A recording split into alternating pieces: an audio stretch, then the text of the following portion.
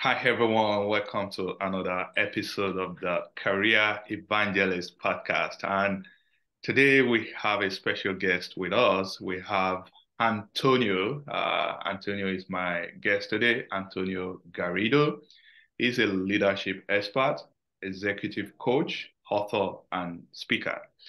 Today we are going to be talking about leadership and everything in between. If you are a parent, you are a leader. So we'll talk about self-development and everything to make you better in what Nice. you do. So without keeping you guys waiting any further, I'll bring in my guest, Antonio. Welcome to the show. Thank you, Paul. Thank you for the lovely introduction and the very kind invitation. There's a lot of things we're going to cover. How long are we on for? 3 or 4 days? We'll see what we can achieve in the time that we have. No, it's awesome. So I'm so glad to have you here. And I know my audience, they will enjoy this podcast because most of them, they want to learn how to develop their leadership. So why don't you start by introducing yourself to us, to the community, so that we can know who Antonio is and why you are here today. I also want you to tell our listeners what they can learn from this conversation. Oh gosh. Well, hey, listen, my history is probably more interesting to me than anybody else. So I'll make it short. When I originally left university, I was an architect. I was an architect for a little while. Found myself by luck rather than judgment, uh, eventually running some organizations, large organizations, and did a second degree in strategic business management and so on. And so fortunate to find myself working for and reporting to some world-class leaders, right? So that was coincidental. I wish I could claim any credit for having designed that, but that's just not the case. And so my first introduction to leadership was at quite an early stage in my career when, for political reasons more than anything else, I found myself in leadership positions of some rather large organizations, to the extent that I ended up running what you might think of are like Fortune 60 companies with thousands of employees and billions in revenue and so on. But anyway, I digress. So I started learning about leadership, not in university, but through the relationship I had with my boss and the other kind of people at the C-suite level in the organizations that were quite inspired at the time to recognize that it's important to develop leaders and develop people. So really, really lucky. I then had in my series of jobs when I went from one role to the next role, one organization to the next organization. Again, Bola, just found myself working for immense leaders who each have all taught me something. And then for the last, I don't know, 10, 12 years, I have been trying to pass that back out into the world. And we have some phenomenal clients of, again, we go from the solopreneur right to the CEO of a $38 billion company. That's billion with a B. So I think it all probably started. And by the way, as soon as this gets boring, just let me know and we'll change subjects. But Oh, it I'm all good. Yeah. it all started, I think, when this first really inspirational leader on my second or third day. I talk about this a little bit in the book, but on my second or third day with the company in this senior role, I came to work and there was a note on my desk, a handwritten note. This is I'm ancient, right? So this was before emails and all of that kind of stuff. So Yeah. there was a handwritten note on my desk that asked me to go and see the chairman of the group.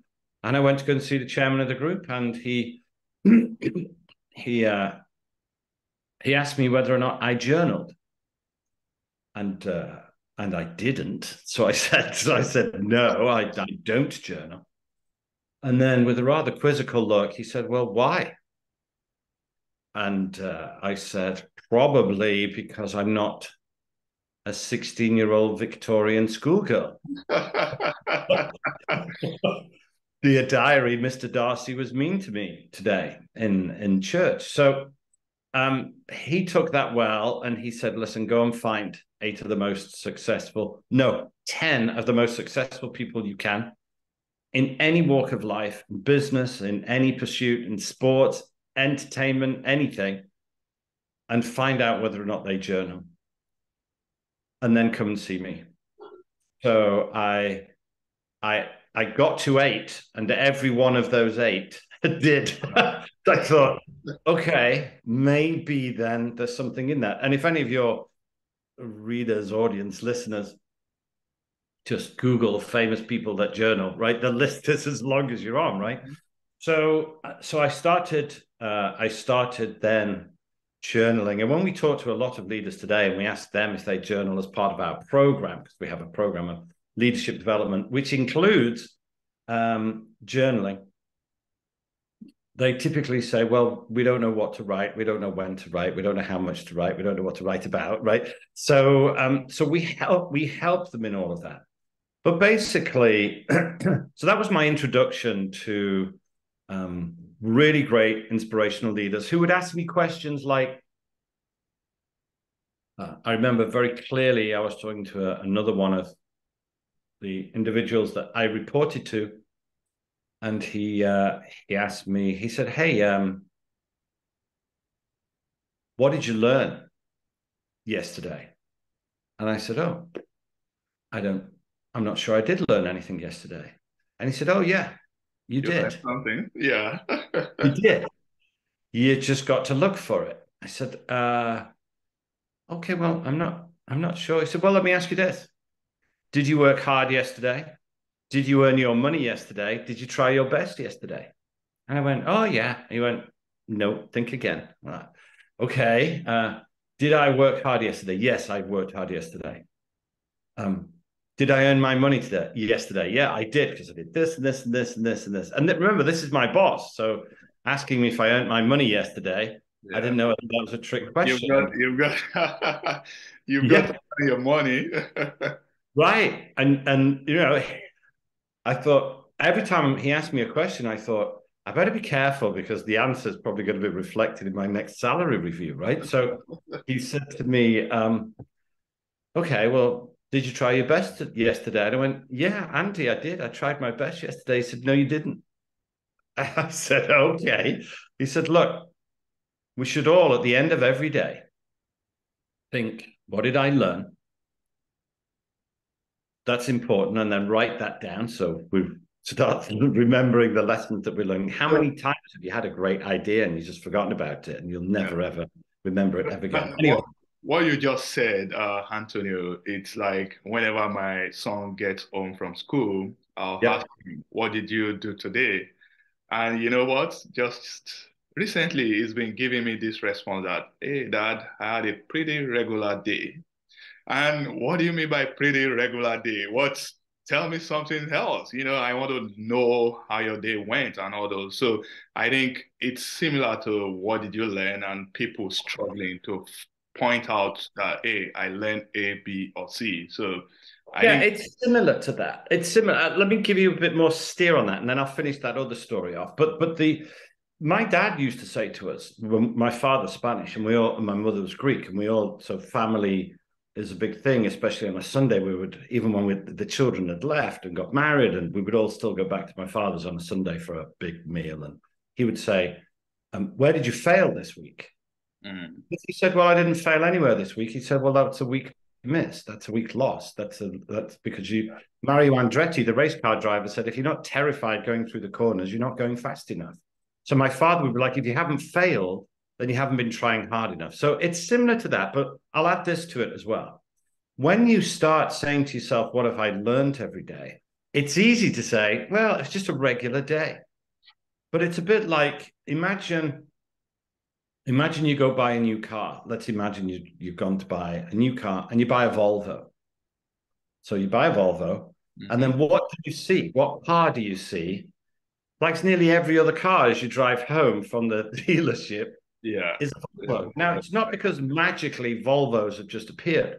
Your subconscious is now looking for things, and on its radar is Volvos because you sit in one, you've got the logo in front of you, and you just bought one, and Yeah. you see Volvos all over the place.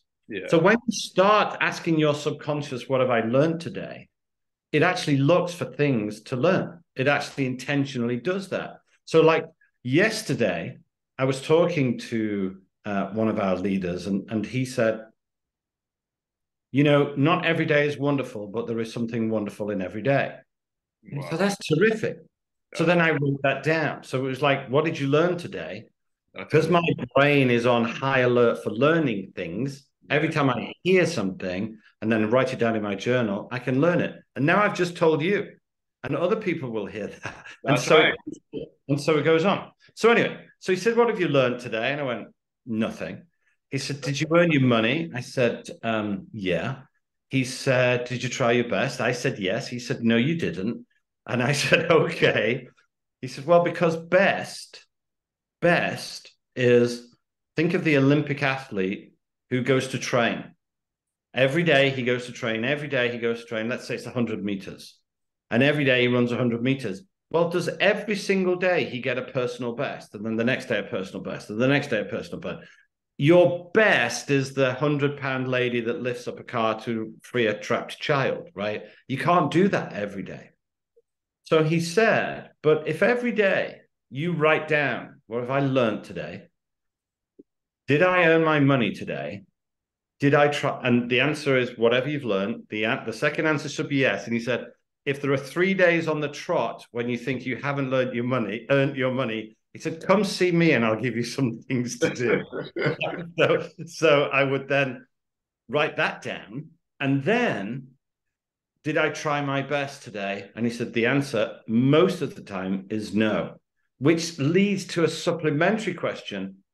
Well, then what could I have done more of? What could I have done less of? What should I have done? What should I have said? What shouldn't I have done? So that, did I try my best?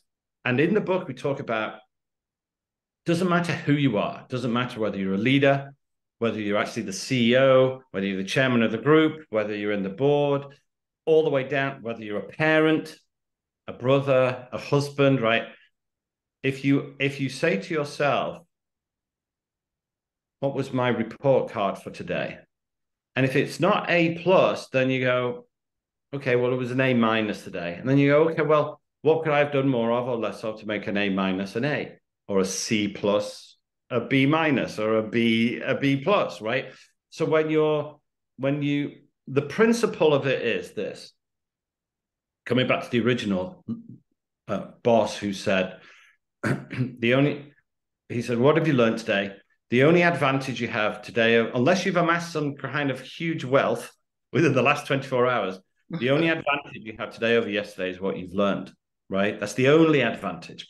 And he would say, because otherwise you're just a day closer to dead. I mean, that's how he would talk. Right? He's very, very blunt speaking individual.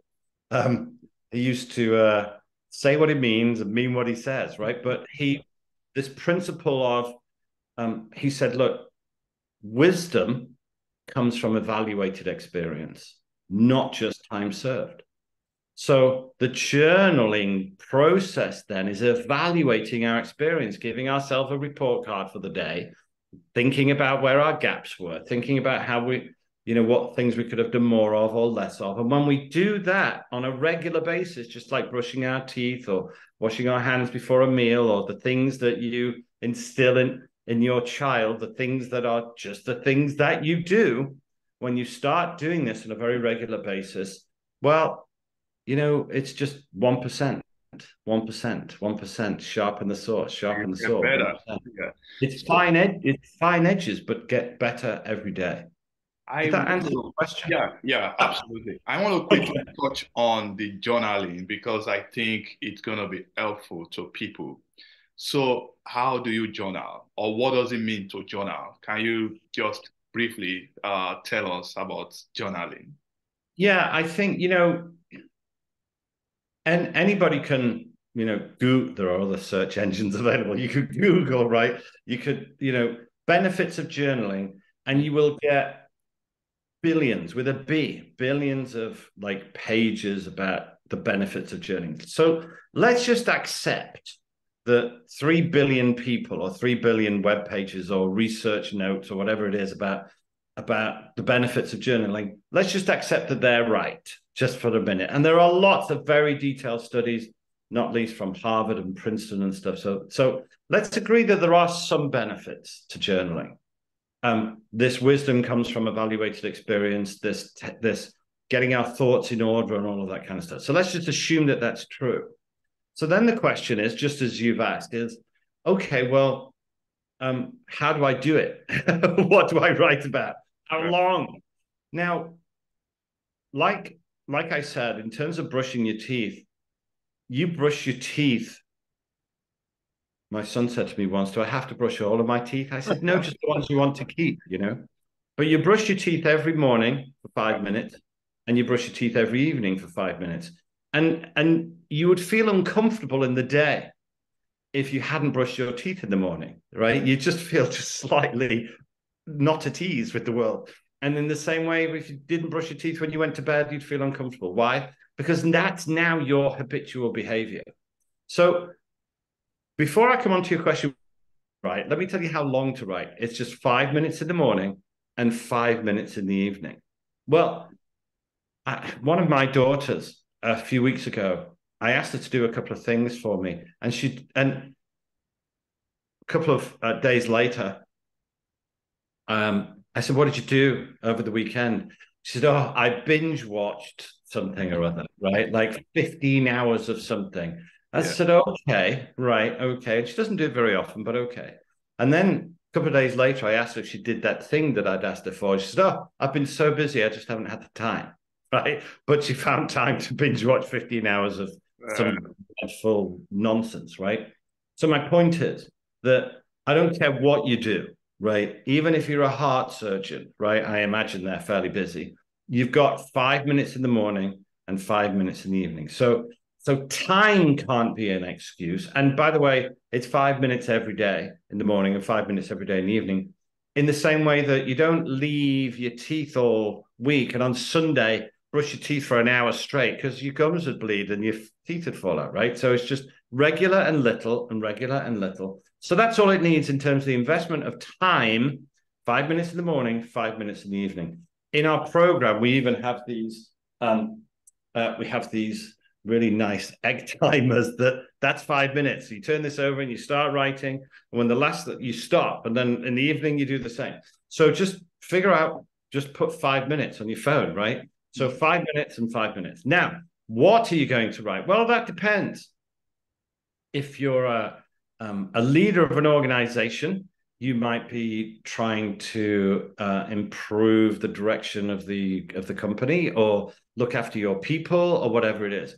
However, and if you are an accountant, it might be something else. If you're an architect, it might be something else. If you're a mother, it might be something else. Whatever it is, there are 4 things that we want you to think about. Mm-hmm. And these are like the 4 keys to, well, let me explain what the principle of journaling is first. Are we okay for time? Do we have five minutes? Yeah. So before I tell you what to write, let's figure out why we write, why we journal. And I talked about wisdom comes from evaluated experience. Terrific. Keep a record of things that we're learning. Terrific. The only advantage we have is what we've learned. Terrific. All right, we've said all of that. But what are we really trying to do? What we're actually trying to do is we're trying to maximize our potential. Whatever we are, whoever we are, and whatever our potential is. There are some people whose potential is here, and then there are some people whose potential is here. And all we're trying to do is close the gap between where they are and their potential. You probably know, Bola, as I know, we have clients who are billionaires with a B, right? And they're really unhappy, right? Where anyone else would look at them and think, gosh, it must be so wonderful to be so successful. Here's the thing. Their potential, they believe, is up here, and they're only here. And Right. so they're unhappy because they think there's still a lot more to be done. Where most normal people would look at them and go, well, don't you have enough? But they don't measure it in things that they have. They measure it in things that they achieve, and they think they're not quite there yet. And then there are other people who they're here and their potential is here and they're real happy, right? Because they're kind of where they kind of imagined and wanted to be. So what we're trying to do with our journaling program, our leadership development program, is we're trying to help people close that gap between their potential and where they currently are. And journaling helps us do that. Well, how? I am still answering your question, I promise, Bola. There are four main things that we think about. And we think that we close that gap in, that potential gap. And remember, as a leader, we'll talk specifically about you got to improve yourself. And then if you improve your people, that will then improve your business, improve the results, future-proof the company, and all of that good stuff. But I'm trying to keep it generic, not just to leaders at the moment. So there are four big things that we concentrate on in our program. And if anybody goes to our website, they can download free templates of journals to get them started, because they evolve anyway. But so what does success look like in terms of that potential? Well, it lies in four kind of main areas. The four main areas, and none are more important than the other. So I'm going to go like 1, 2, 3, 4. It doesn't mean that one is most important and the fourth is the least important. Right. Equally important areas, if you like. Well, one is beliefs and values. So what are our beliefs and values? Well, our beliefs are not necessarily things that are true. They're just things that we hold to be true. And where have they come from? Because we're not born with them. We've developed them over time. And and I know that some of us have some self-limiting beliefs, where some of us have some beliefs that hold us back a little bit. So we've got to think about our beliefs and values. And one of the first exercises we do when we ask people to start journaling is, why don't you make a list of what your core values are? And it's, I often say, you look at the terrible statistics on marriages, and divorce rates and stuff.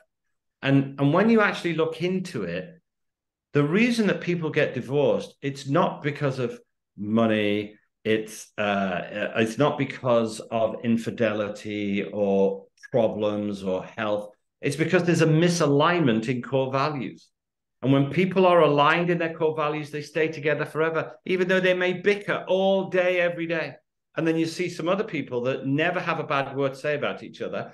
5 years later, they're divorced because there was no congruence in core values. So number one is we do an exercise in core values and beliefs in the journaling, and there's places for that. And again, go on our website and you can download a free tool that gives you all of that, and it's mydailyleadership.com. All right, that's the first thing. Second thing, super quick, self-awareness and emotional intelligence, right? One of the main points about journaling is it helps build our self-awareness. Now, everybody needs work with their self-awareness. Really quickly, I did a talk just before COVID to about 500 or 600 leaders, and I said, okay, hands up here who has no leadership blind spots. And thankfully, nobody put their hand up. And I said, okay, great. So we all know we've got some leadership blind spots. We all know we've got some blind spots. Terrific. Write them down. And everybody goes, well, I don't know what they are. If they knew what they were, they wouldn't be blind spots, right? Yeah. So we work on self-awareness and emotional intelligence in journaling. Next, so if we've got our beliefs and values, we've got good self-awareness and emotional intelligence, so we can recognize what gaps we need to close. That comes from the self-awareness. Then we've got to figure out about our behaviors and initiatives, because you can't just think your way to success. You actually have to do something, right? So what are our actions and initiatives? Are they positive and driving us in the right direction or not? And then the last thing is skills and abilities. How do we close the skills gap and the abilities gap? If we're thinking about beliefs and values, self-awareness and emotional intelligence, skills and abilities, behaviors and initiatives, if we figure all of that out, and the journal is the place to do it by following a guided process, then we'll close that potential gap. Make sense? Absolutely. So I completely get the idea of closing that gap. And I like the four steps or four action Areas. areas Yeah. that you Yeah. shared. So that's Yeah. very important. So as we are going to wrap it up, Antonio, where can my listeners find you? Okay, so yeah, real easy. If anybody, and genuinely, Bola, if anybody wants to uh, find the book, it's easy on Amazon, just My Daily Leadership. If anybody wants to send me an email, Antonio at My Daily Leadership, I promise somebody will get that to me, and I'll get back to them. If anybody wants to go and have a look at our website, lots of free tools there to help people get started.